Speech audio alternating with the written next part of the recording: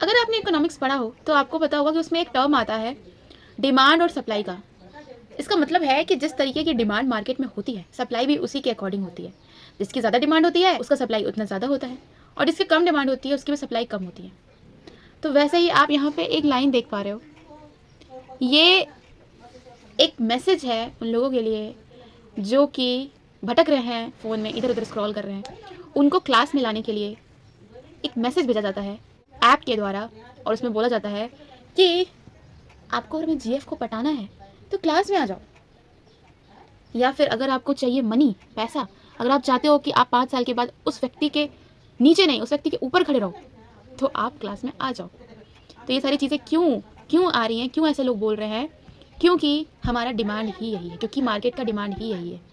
हम चाहते हैं कि हम ये काम इसलिए करें, हम चाहते हैं कि हम यूपीएससी की प्रिपरेशन इसलिए करें ताकि आगे चल के हमको हनी और मनी मिले। We all are hankering for honey and money. हम सभी इन दो ही चीज़ों के पीछे पागल है, ब्यूटीफुल गर्ल और हैंडसम बॉय।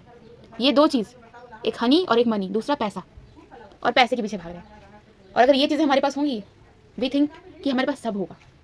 इसलिए क्योंकि हमारा डिमांड ही ऐसा है तो सप्लाई भी वैसे ही आ रही है।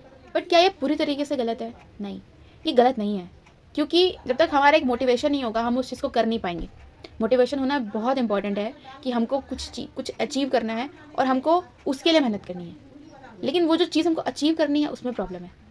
We want honey and money for our self. हम चाहते हैं कि हमको पैसा मिले ताकि हम बहुत इंजॉय कर सकें, इसलिए हमको मनी चाहिए। और हमको हनी चाहिए, हमको सुंदर लड़की चाहिए, सुंदर होनी चाहिए, काली नहीं चलेगी। हमको हैंडसम लड़का चाहिए, है ना, कंप्लीट उसमें सारे गुण हो, 36 के 36 गुण हो उसके अंदर।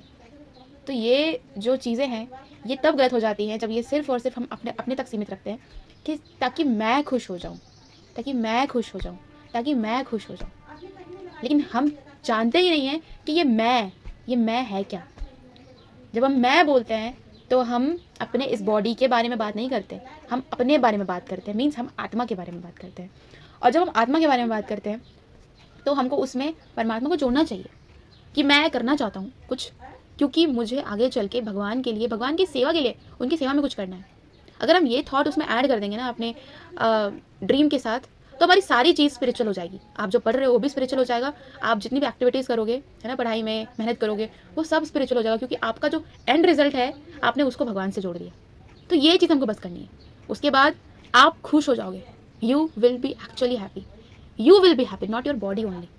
हरे कृष्णा।